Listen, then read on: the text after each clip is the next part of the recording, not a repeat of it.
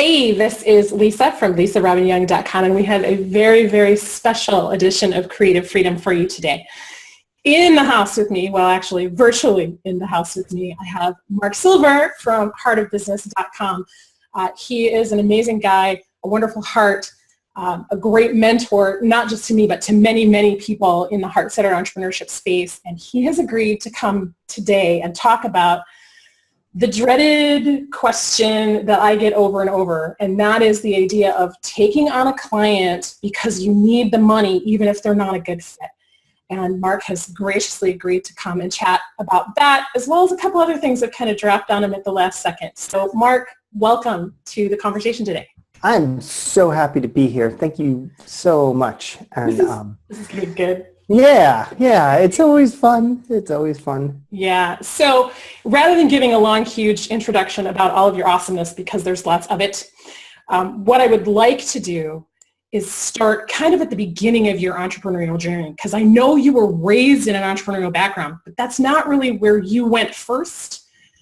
And for creatives in my audience who are looking at, can I really make a living doing what I love? This is a powerful question, and you've really been a model throughout your trajectory of how it is possible. It's not always easy, but it's possible. Can you enlighten us on your backstory, please?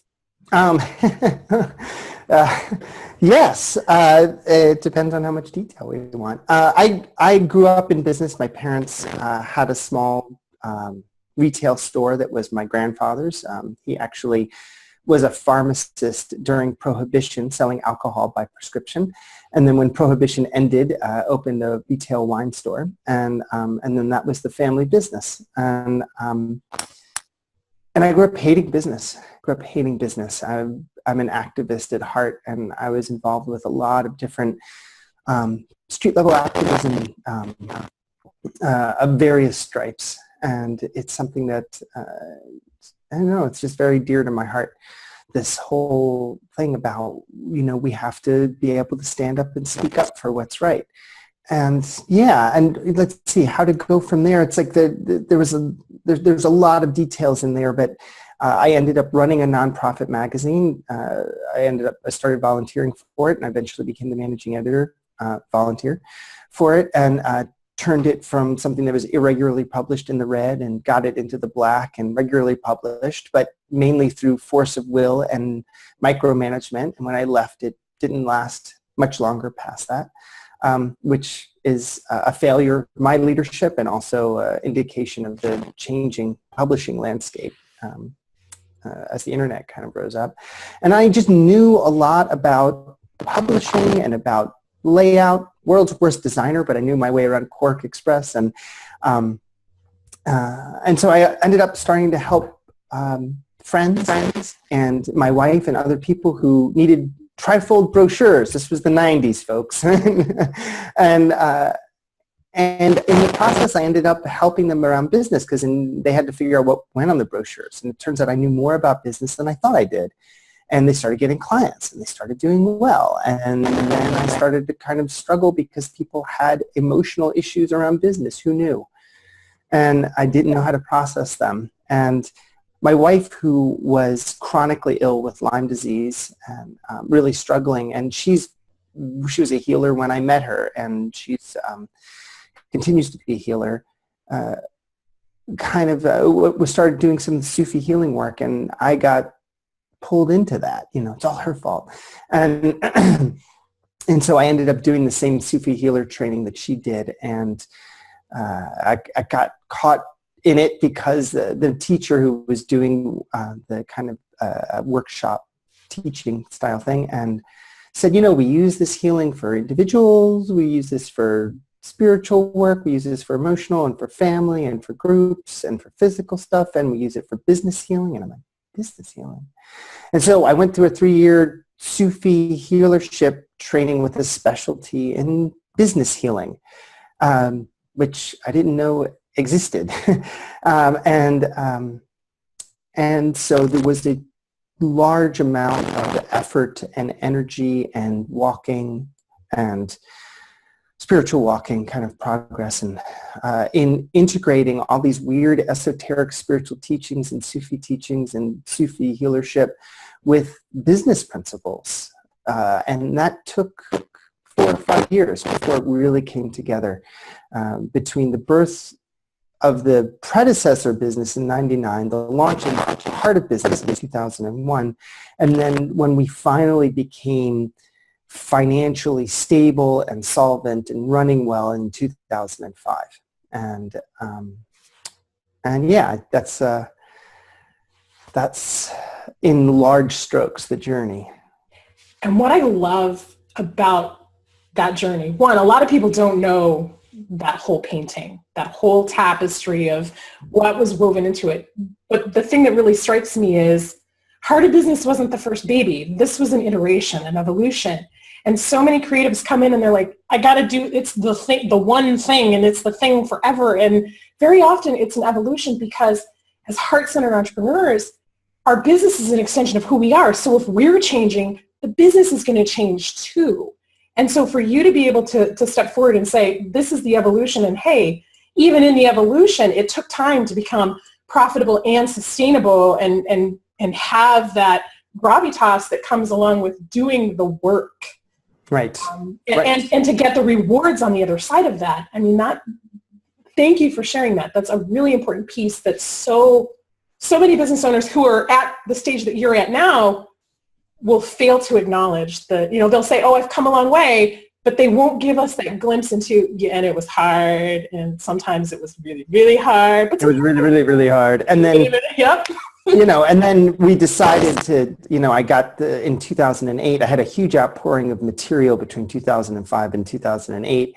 And then in 2008, I got the guidance that, hey, I'm supposed to learn about collaboration and leadership, and we started to kind of build the business into a stage that we now call independence, where it's not just me, but it's a company, people on payroll and et cetera. And oh my God, that's been a bumpy journey. And you know that from the inside because you were on our team for a short while. And it's lots of painful bumps along the way learning.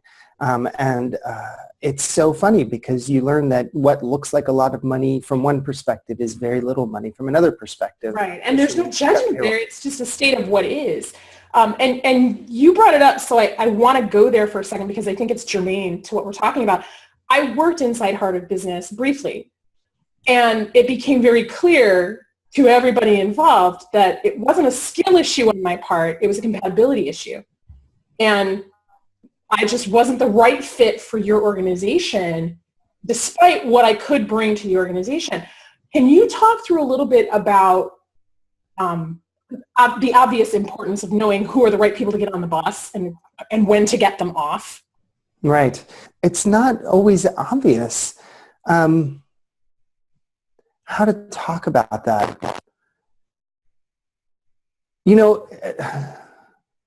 Sometimes often there's the idea of what you think you need, and then there's what you really need. And your energy and who you were seemed like exactly who we needed. And I don't think we did the work that we needed to do to be able to make it work with your energy. I think that we were in our own groove, kind of coming out of where we were, and it just,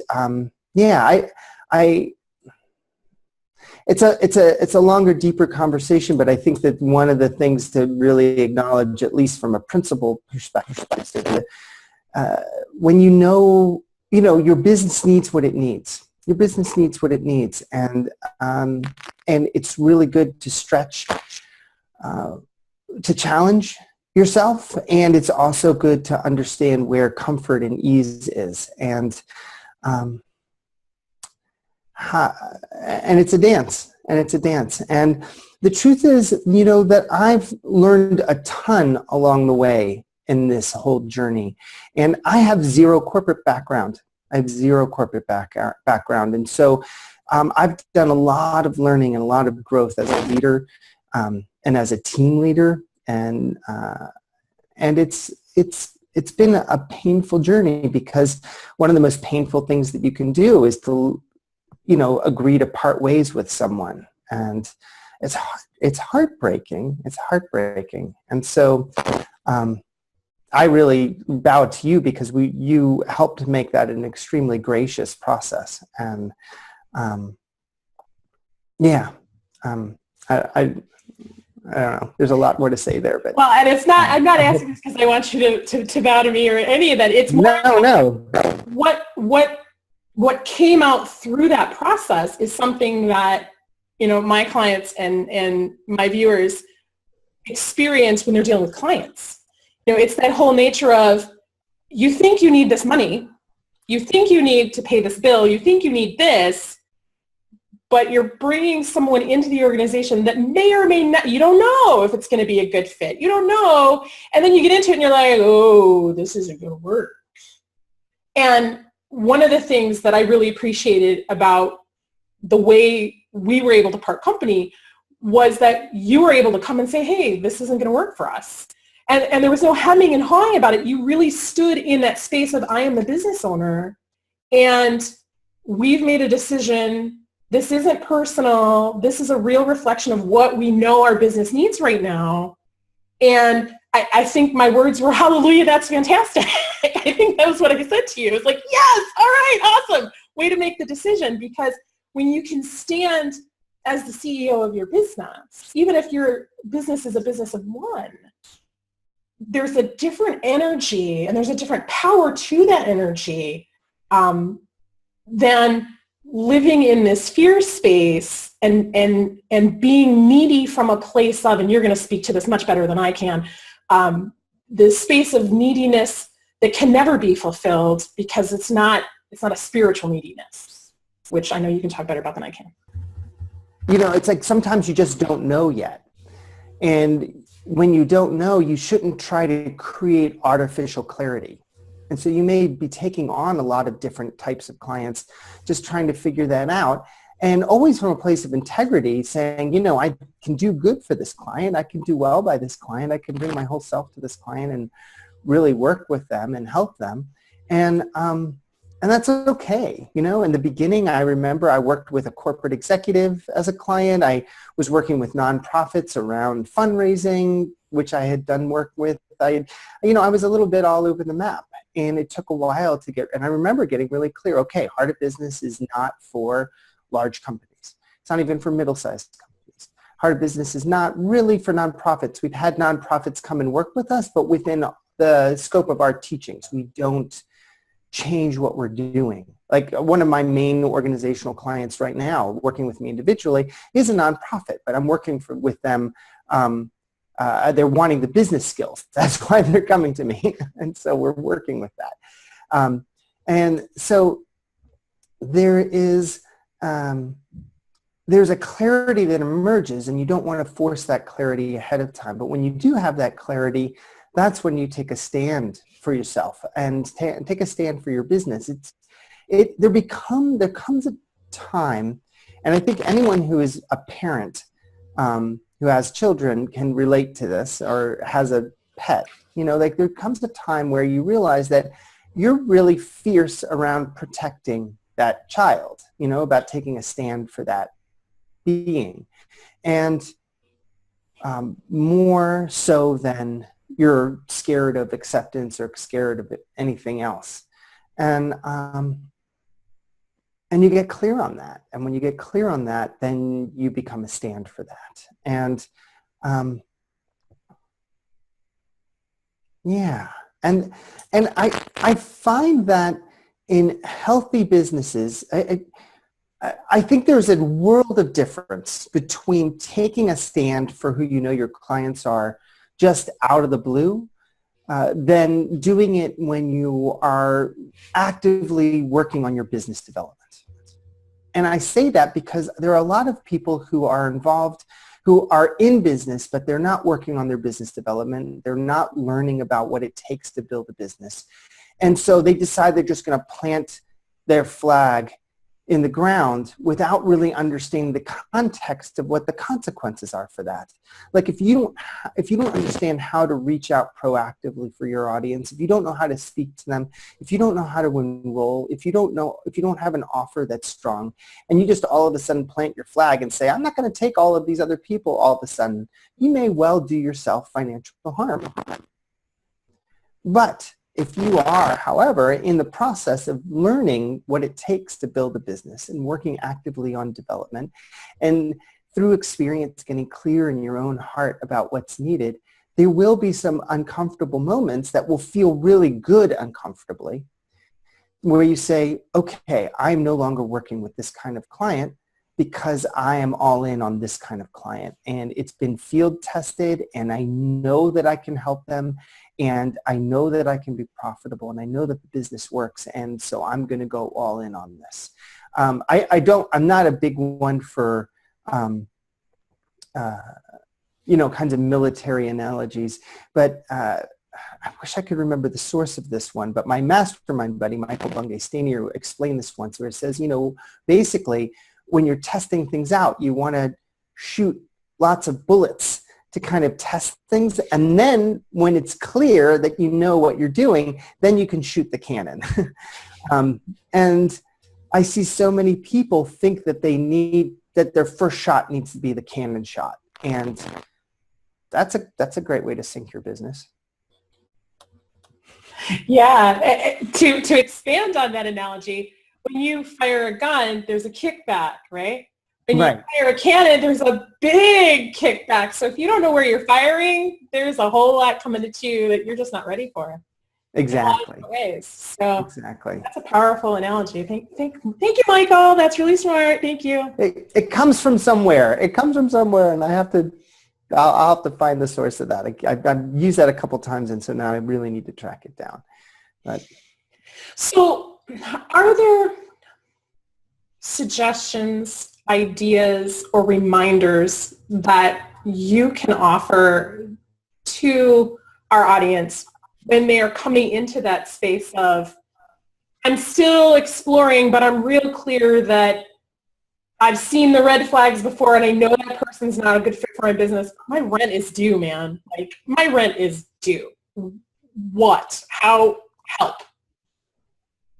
Well, let's be clear also, because this is another place that needs a little bit more clarity, because there are ways of defining clients in terms of psychographics and demographics and the problem that you serve.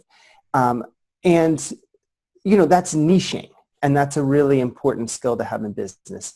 And then there's personality clashes. There's certain types of clients that may fit that niching or not fit that niching, but have personality qualities or not have personality qualities. So if you have the rent due and you're drowning and somebody shows up who is not in your niche, but has, but you click with personality-wise, I don't necessarily see that as a problem to take that person on as a client. I just don't see that as a mistake. You're not going to necessarily be marketing for those kinds of clients. I mean, the mistake is to kind of try to multiply that and have you think, oh, it means I need to suddenly expand my business and mess up the marketing track that I was on. But if somebody knocks on your door, I because of my long association with my Sufi community, I will sometimes have people that I've known for years in my Sufi community come knocking on my door saying, hey, Mark, I'm having this and that and the other going on, and I'm wondering if, we can do some work. And I kind of check in. I see if I have my bandwidth. I see if I click with the person and it feels like it'll be fun and nourishing, and I feel if I'm supposed to be of service here. And then I'm not so worried about the niche question. And so I think that's a point of clarity that really needs to be. It's like whether it's something that's going to hurt your soul or whether it's just a little bit off message, but it's still going to be nourishing. So that's an important question.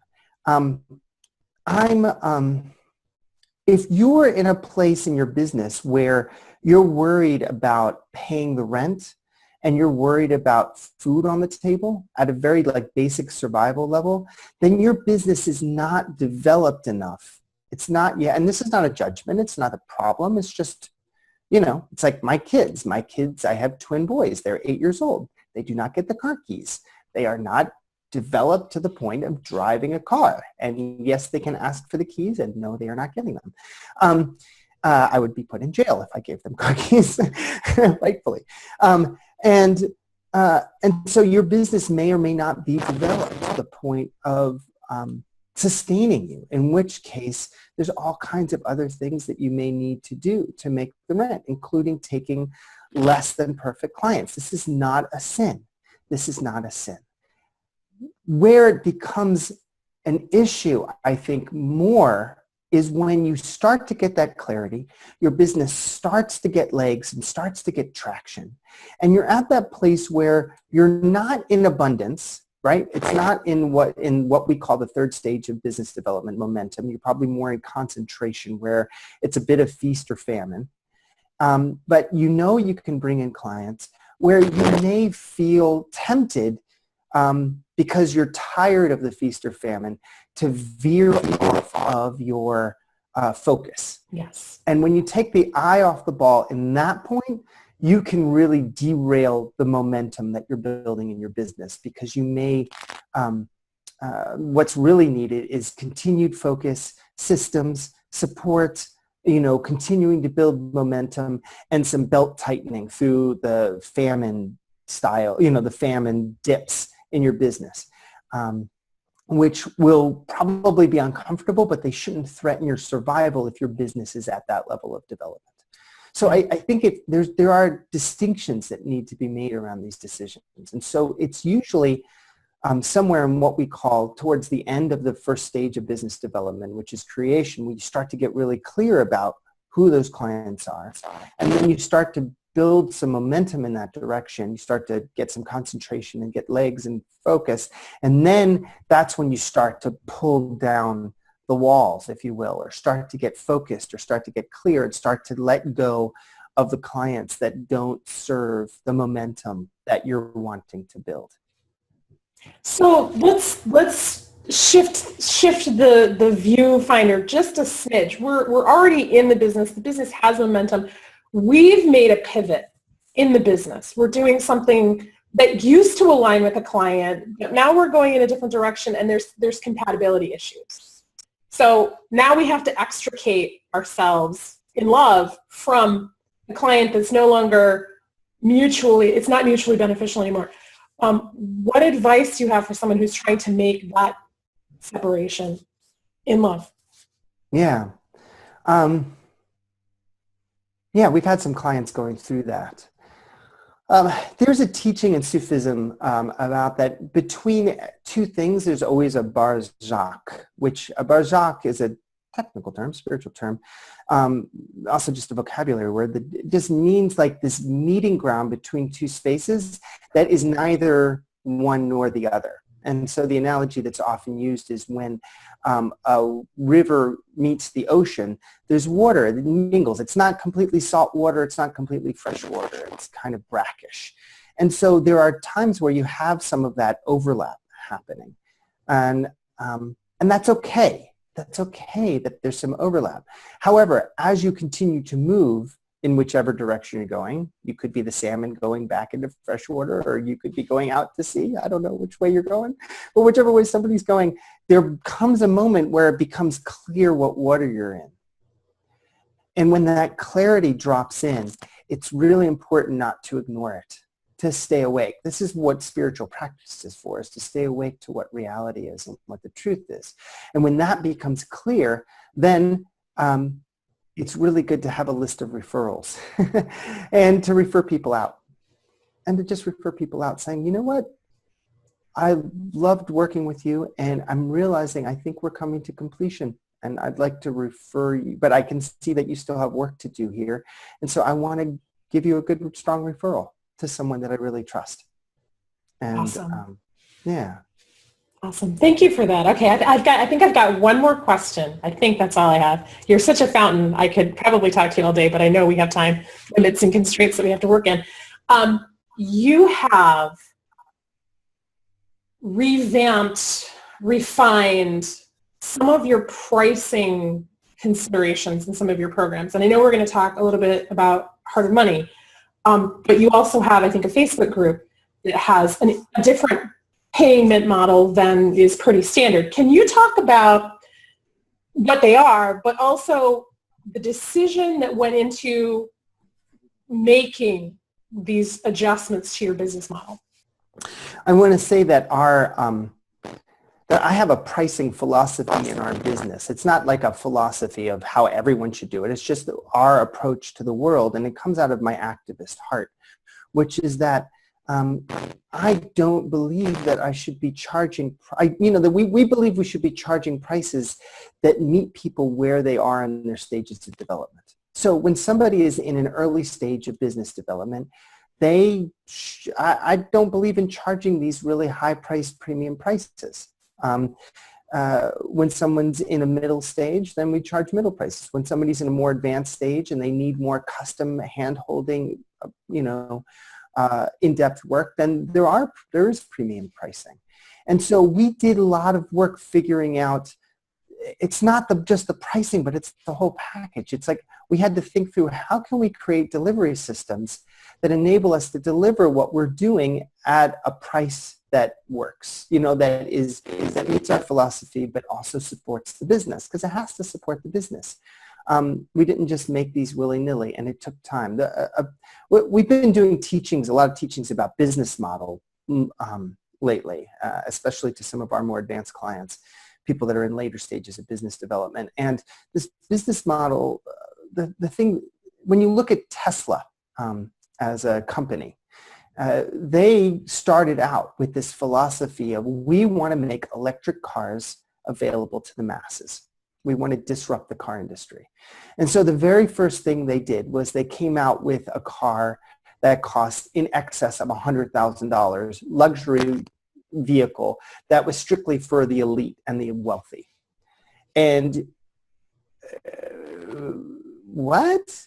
But they had a very clear model in line. They said they're doing something that's a big deal, and they couldn't be profitable. They knew that they couldn't reach the numbers they needed to reach to be profitable at the lower price. So they started at this higher price as a way to become profitable and move the company forward.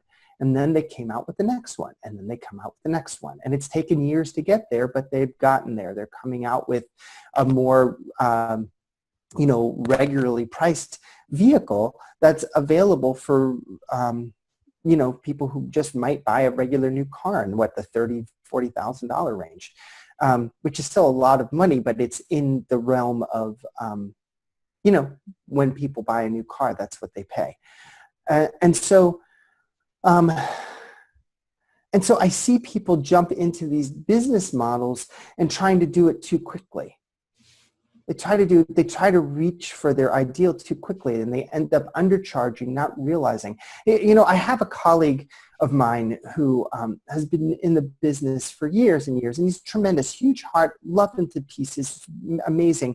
And he, for a long time, years ago, he would run these classes, and he would charge, I think, $25, $30 or something, and he would do a teleclass, just a one-time teleclass in a month. And but he had, I don't know how many thousands of people he had on his list. He'd run one of those and he'd make $20,000 on it. And all these people that were following him, because they didn't understand the strategy behind it, would copy him. And they wouldn't even make grocery money because they had a list of 50 and they had 2 people sign up. You've got to, there's so many pieces that go into building a business model that works. And so when we looked at our business model, when we started to shift to having some of our offers, not all of our offers, but some of our offers on a pay what you want basis, we made those offers things that we were not depending on to make payroll. We were experimenting, or we were using them primarily as a way to get the word out and to give a gift to the community. And if we made money, that's great. And we often have been successful making money. But if we were going to try to make a living at that, we would have to really rethink and retool what we're doing. We still have premium priced offers. We're going to come out with a premium priced offer this next year. because of the amount of engagement that we're going to be involved with. And I work individually with clients. We all do, here. And that's not pay what you want. And so I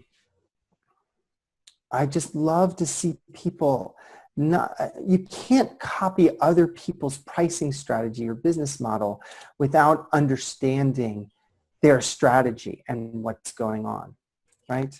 I've seen people make a tremendous amount of money in business and have a tremendous amount of savings, and then they maybe spend a year experimenting with some business model that isn't profitable at all, and it doesn't have to be because they're not trying to make a living. Or other people who they'd have a huge inheritance, or they have a spouse who makes a tremendous amount of money, and so they have this business model that isn't profitable. And all these people think, oh, I should do it that way. They've been really successful. It's like, no, they've got resources that they're not talking about.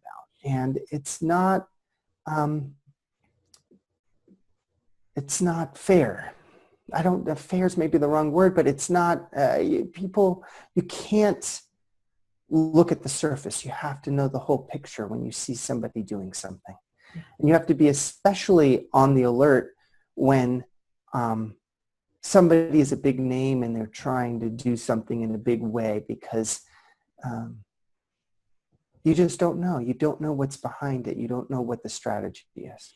I'm reminded of, I think it's a quote, but Richard Branson said something to the effect of how to become a millionaire. You start as a billionaire and start an airline.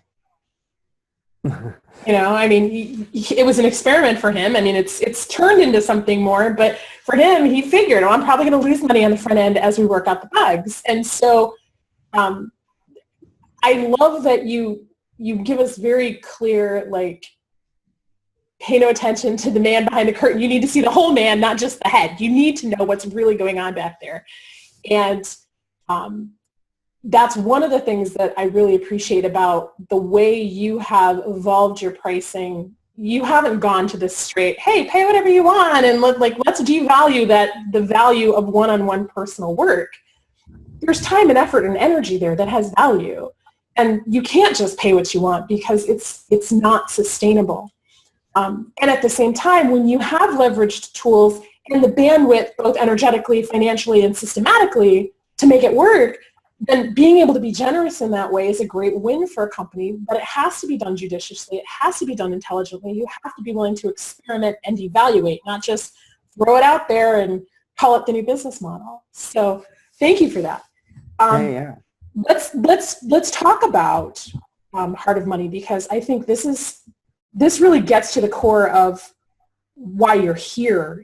This question of, I've got these people and this need for money, and that energy around the need for money often comes with a less than empowering relationship to money. And one of the things I like about this program is how it causes you to look at, how are you showing up and relating to money and all things financial? So here's the deal. The way we do money in this culture is dysfunctional. It's broken. And anyone of heart who has issues with money is not because there's something wrong with you. It's because you see something true. Wow. It's deeply painful, and it's all of the wealth in the United States is stolen. The United States exists as a country because we stole the Native American lands, and that was the starting capital for the U.S. And it's similar to the way European nations, the seafaring ones, colonized many, many continents and countries and took the wealth away. And we also stole people from the African continent, and that provided free labor. And so our money system has a tremendous amount of trauma and blood in it. And so, of course, our hearts are broken. Anyone of heart would be hurting. And we are. We can't escape issues around money. And at the same time, this is the reality that we're in. And so the Heart of Money transformational journey came up because when I was in my third year of the Sufi training, someone in second year who I was working for me as an assistant in my business said, you know, a lot of my classmates in the second year, you know, we're all trying to be healers, and a lot of us have issues around money, and you think you could do something on money? And I'm like, I've got issues around money. I don't know if I can. Let me pray and get back to you. And I did. And these teachings kind of dropped in. Not teachings that dropped in, but teachings that I had been given fell in a certain sequence. And so that was the very first one that I did way back in 2001, 2002, whatever.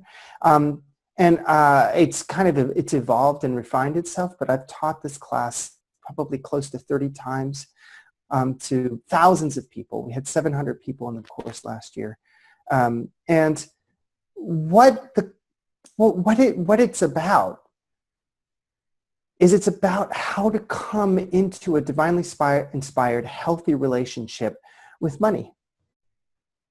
Money in and of itself is not bad. There's always been some way of supporting transactions and facilitating exchange in human society, right? There's always been some medium of exchange. It gets, in anything larger than like 10-person group, barter gets too complicated. And so there's always been some medium. Money has existed for a long time. And it can be a beautiful, wonderful thing. But we do it in very dysfunctional ways. And so we have to come into a healthy relationship with it. And so that's what this course is really about. It's not about getting rich. It's not about trying to manipulate money so that you can be better. It's like there have been miracles. People have experienced miracles by aligning their heart and suddenly accessing energy that's come through. I call this promise from heaven miracles, but that's not what the course is about. The course is about workaday miracles, because what happens is that when we face something painful as human beings, we tend to turn away from it. Of course, we wouldn't. But one of the most important capacities that we as human beings can develop is the ability to be with emotionally, spiritually painful things without turning away, so that we can access the love. Because one of the things that's taught in every mystical and every spiritual path is that the divine is everywhere. But sometimes we have to look very closely with our hearts to witness the presence of the divine. And that's what we do in this course, is we look through all the different parts of your relationship with money in a very supportive, gentle, safe, beautiful, proven way, with teachings that spiritual students have used, not since I started teaching it, but centuries old teachings. And we bring healing, and then through that healing, you begin to see money differently. You begin to see the financial situation differently, and that enables you to act differently. And when you start taking different actions, then your reality starts to change. Well, one of the things that's true, lots of people have used this analogy, but it's like we're looking out through the eye of our beliefs and our experiences. And, my office is a basement office. It's daylight, there's windows, but the windows are at ground level. And so after a very messy and stormy spring or fall, there's often mud on the windows. And so I have to clean the windows in order to see the beauty that's there. And that's what this does, is it helps clear the mud that's been spattered on our heart, that's been spattered on our ego, and helps us see the beauty that's there so that we can react and act in very practical ways. We talk about healing your relationship with your assets. We talk about healing the burden of debt, not magically making it go away, but not feeling like it's your master, like you're enslaved by your debt, so that you can actually take action. It's a very, very practical course at the same time that it's probably, aside from our spiritual development program, our most spiritual course. And people tell us that years after they've taken the course, they still feel the effects of healing, that lack of that knot of fear in their belly for survival. And that's really what I wanted to do, is help people feel free of that, the 3 a.m. Is everything going to be okay? And knowing that, you have the resources in your heart and in your being to face this. And you have the support, because you don't do it alone. And because this is such a foundational issue, we do offer this particular course on a pay from the heart basis where you get to choose your price. Such a powerful, I mean, I've gone through the teachings myself and really shifted for me several blocks I had around debt, using debt, my relationship to debt, but also assets and having. I had a real problem with receiving. I could have, but then it would go as fast as it came in. And now that relationship has changed for the better, I like to think. And it's been a really interesting journey for me in the last few years since going through that program. And I'm eager to see how it all shakes out when you teach it live, because I did the home study version. So I'm sure it'll be even more inspiring because you'll be there live and electric. So awesome. Cool. Well, Mark, I know we're just about out of time. Is there anything else you want to say before we close? I just so appreciate your presence and the work that you're doing, Lisa. I'm just like, keep kicking butt in the name of the divine. You're like following your path and you're doing great good in the world. And I just deep, deep appreciation for you. Oh, thank you. Likewise, my friend. That is going to wrap it up for us today, Mark. Thanks so much for joining us. If you have any questions, feel free to leave those in the comments. I'll be pinging Mark if there's something I can't answer. In the meantime, thanks for watching, and we'll catch you again next time on Creative Freedom. Take care.